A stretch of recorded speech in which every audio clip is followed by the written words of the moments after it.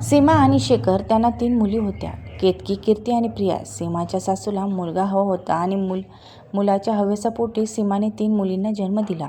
सर्वात लहान मुलीच्या म्हणजे प्रियाच्या जन्माच्या वेळी डॉक्टरांनी शेखरला बजावले होते की यापुढे मूल होऊ देऊ नका, नाहीतर सीमाच्या जीवाला धोका निर्माण होईल.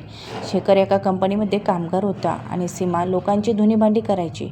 शेखरला वाटायचं की मुलगा असता तर पैसे कमवून त्याने खाऊ घातलं असतं आणि मुली काय आपल्या जवळ शेवटपर्यंत राहणार आहेत का? कधी ना कधी त्या लग्न करून सासरी निघून जातील. त्यामुळे तो मुलींकडे फारसे लक्ष देत नव्हता. त्याचे अशा प्रकारचे खालच्या दर्जाचे विचार होते म्हणून त्याने मुलींना शाळेतसुद्धा घातलं नाही. मुलींना शाळेत न घालता फक्त घरातील कामं शिकवायची असा त्याचा विचार होता. सीमाला खूप वाईट वाटायचं की मुलींनी शाळेत जावं, अभ्यास करावा. ती ज्या घरी काम करायची तिथल्या घरच्या मुली शाळेत जायच्या आणि आपल्या मुली शाळेत जायच्या वयात घरातील कामे करतात ह्याचं तिला दुःख वाटायचं. शेखरला मुलीमुळे टेन्शन यायचं आणि त्या टेन्शनमध्ये तो सतत दारू प्यायचा. तो जे कमावत होता ते सगळे पैसे दारूमध्ये घालवायचा. कधीकधी तर तो घरीसुद्धा यायचा नाही. तसेच करता करता दिवस सरले. काही वर्षातच त्यांच्या 2 मुली केतकी आणि कीर्ती मोठ्या झाल्या आणि शेखरची आई त्याला म्हणाली, आता या दोघी मोठ्या झाल्या आहेत, त्यांना घरात ठेवणे बरं नाही, मुलगा बघून लग्न उरकून टाक. पण सीमाला हे मान्य नव्हतं, कारण लहान वयात मुलीचं लग्न करणे योग्य नाही असं तिला वाटलं आणि कायद्याच्या दृष्टीने लहान वयात लग्न करणे हा गुन्हा आहे हे तिला माहीत होतं. म्हणून तिने आपल्या सासूला आणि नवऱ्याला विरोध केला. आपल्या 2 मुली शिकल्या नाहीत पण 3ऱ्या मुलीला तरी चांगल्या प्रकारचे शिकावं असं तिला वाटू लागलं. म्हणून तिने प्रियाला शाळेत घातलं. पण शेखर म्हणाला, हिला शिकवून काय करणार आहेस आणि हिला शिकवून काय फायदा आहे? माझ्याकडून तिच्या शिक्षणाचा खर्च होणार नाही. पण सीमा म्हणाली, तुमच्यामुळे माझ्या दोन्ही मुली शाळेत न जाता घरीच राहिल्या. पण ह्या लेकराला तरी शिकू द्या, तिच्या शाळेचं सगळं मी बघेन. असं म्हणून सीमाने आपल्या लहान मुलीला शाळेत घातलंच. आता आपल्या मुलीच्या शिक्षणासाठी पैसे लागतील म्हणून तिने आणखी जास्तीची 2 घरकामे करू लागली. मुलीच्या शाळेची फीचे पैसे स्वतः भरायची. तिला शाळेच्या बाबतीत काही कमी पडू देत नव्हती. मुलगीसुद्धा अभ्यासात खूप हुशार होती. तिला तिच्या आईच्या कष्टाची जाणीव होती. त्यामुळे ती सतत अभ्यास करायची. नेहमी वर्गात तिचा पहिला नंबर यायचा. शाळेतल्या बाई म्हणायच्या, सीमाताई तुमची मुलगी खूप हुशार आहे, एक दिवस तुमचं नाव मोठं करेन. हे ऐकून सीमाला खूप भरून यायचं. आपली एक मुलगी शिकते आहे पण बाकीच्या दोन्ही मुली घरात घरकाम करायच्या हे पाहून तिला दुःख व्हायचं. पण त्याही मुलींना तिने घरात बसू न देता त्यांनासुद्धा तिने शिवण क्लास लावले. प्रिया मन लावून अभ्यास करायची आणि नंतर तिला 12वीला खूप छान मार्क्स मिळाले.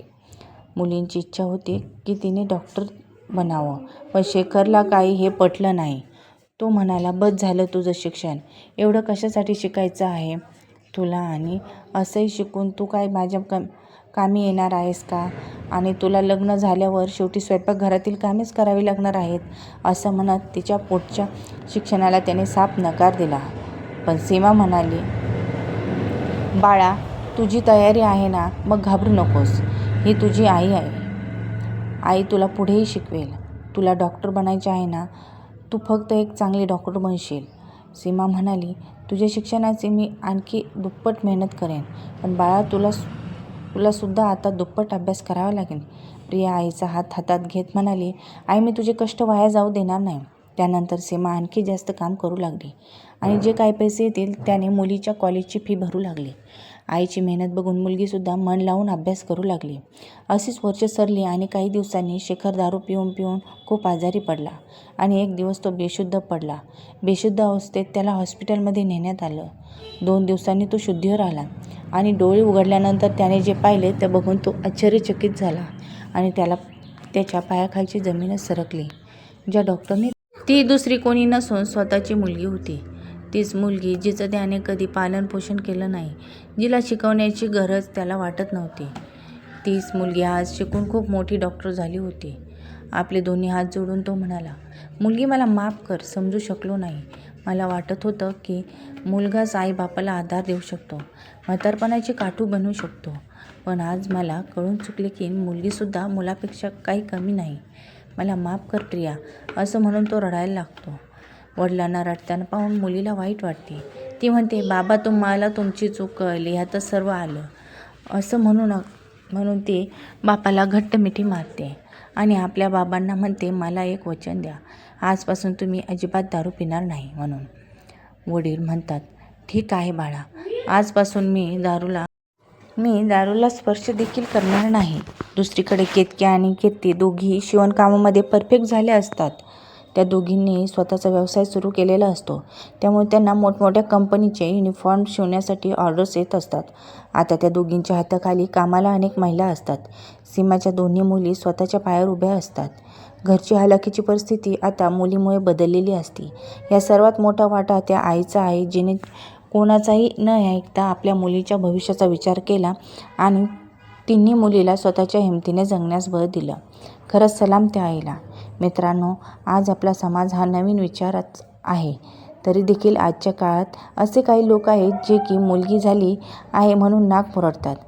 मुलगाच पाहिजे, वंशाचा दिवा पाहिजे असतो. त्यांना मुलगी म्हणजे जणू दुसऱ्याचे धन वाटत असते.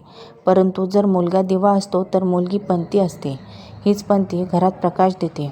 अनेक सुशिक्षित माणसे देवीच्या मंदिरात जाऊन मुलगा होऊ दे म्हणून नवस करतात, परंतु त्यांना हे लक्षात येत नाही की ते स्त्रीशक्तीसमोर स्त्रीचे अस्तित्व नाकारत आहेत. आपण एका मुलीला तिच्या वडिलांकडून कन्यादान करून त्यांची मुलगी आपण घरात आणतो, पण त्या कन्यादानाची परतफेड करण्यासाठी आपल्याला कोणाला तरी कन्यादानच करावे लागते. त्यासाठी देखील आपल्याला कन्या असावी लागते. परतफेड केली नाही तर आपण ह्या संसारातून मुक्त होऊ शकत नाही. मुलगा फक्त एक कुळाचा उद्धार करतो, परंतु मुलगी हे तिचे सासर आणि माहेर या दोन्ही कुळाचा उद्धार करत असते. ईश्वराची कृपा ज्यांच्या घरावर असते त्या घरात मुलीचा जन्माला येते. आजकालच्या मुली ह्या राष्ट्रपतीपदावर जाऊन पोचल्या आहेत. राजमाता जिजाऊ, सावित्रीबाई फुले, लक्ष्मीबाई, झाशीची राणी, सुनीता विल्यम्स, कल्पना चावला, इंदिरा गांधी या सर्व मुलीच होत्या. त्यांना जन्म दिला म्हणून आपला भारत देश घडला आहे. म्हणूनच मुलीला जन्म देणे ही एक खूप कौतुकास्पद बाब आहे, कारण तिच्यात संपूर्ण विश्व सामावले आहे, हे लक्षात असू द्या. तर मित्रांनो आणि मैत्रिणींनो, तुम्हाला जर ही कथा आवडली असेल